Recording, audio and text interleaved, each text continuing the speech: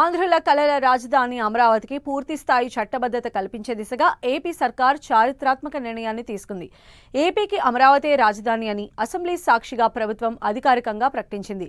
ప్రత్యేకంగా సమావేశమైన అసెంబ్లీలో తీర్మానం ప్రవేశపెట్టింది. ఇప్పుడేం జరగబోతోంది? అసలు ఈ తీర్మానం ఎందుకు? అమరావతి చుట్టూ వివాదాలు ఇక ముగిసినట్లేనా? ఏళ్లుగా జరుగుతున్న చర్చకు ఎండ్ కార్డ్ పడబోతోందా?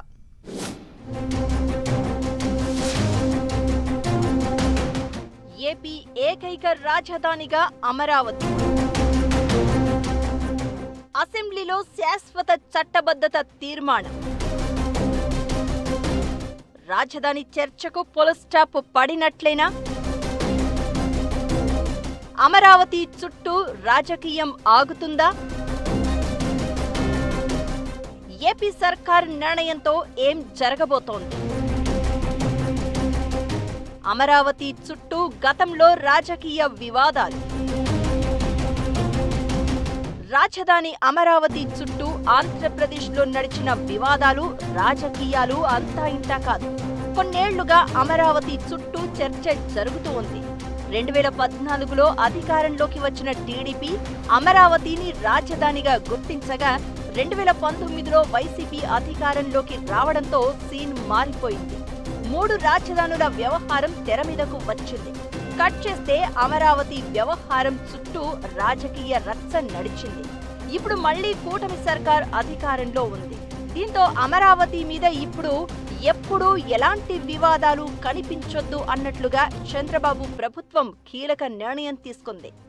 ఏపీకి అమరావతే ఏకైక రాజధాని అంటూ అసెంబ్లీ సాక్షిగా ప్రకటించింది.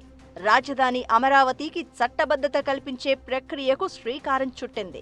ప్రత్యేకంగా సమావేశమైన అసెంబ్లీ దీనికి సంబంధించి తీర్మానం చేసింది.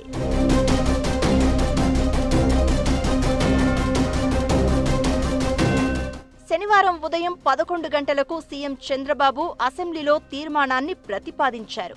ఏపీ రీఆర్గనైజేషన్ యాక్ట్ సెక్షన్ 5(2)లో ఎట్ అమరావతి అనే పదాన్ని జోడించడం ద్వారా సవరణ చేయాలని కేంద్రాన్ని కోరుతోంది.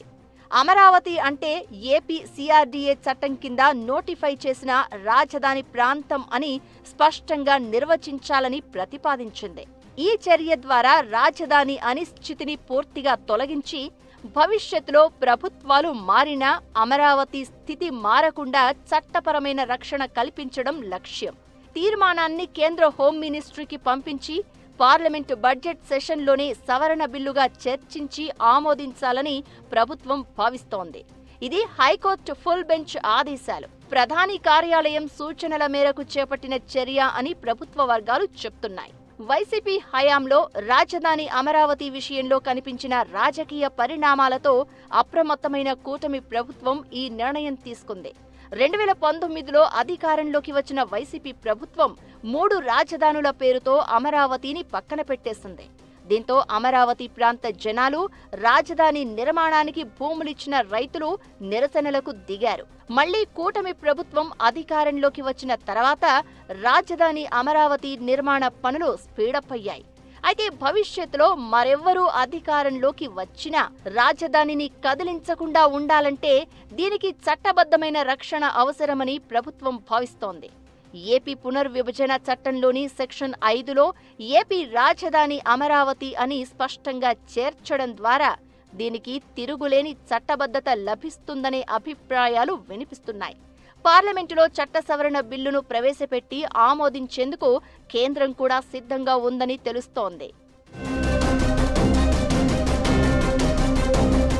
జగన్ హయాంలో 3 రాజధానుల ప్రకటన రావడం, ఆ తర్వాత అమరావతి రైతులు ఆందోళన చేయడం, ఇలా రాజధాని సాక్షిగా వినిపించిన విమర్శలు, జరుగుతున్న మాటల యుద్ధాలు, తెరపైకి వచ్చిన ఆరోపణలు అన్నీ ఇన్ని కావు.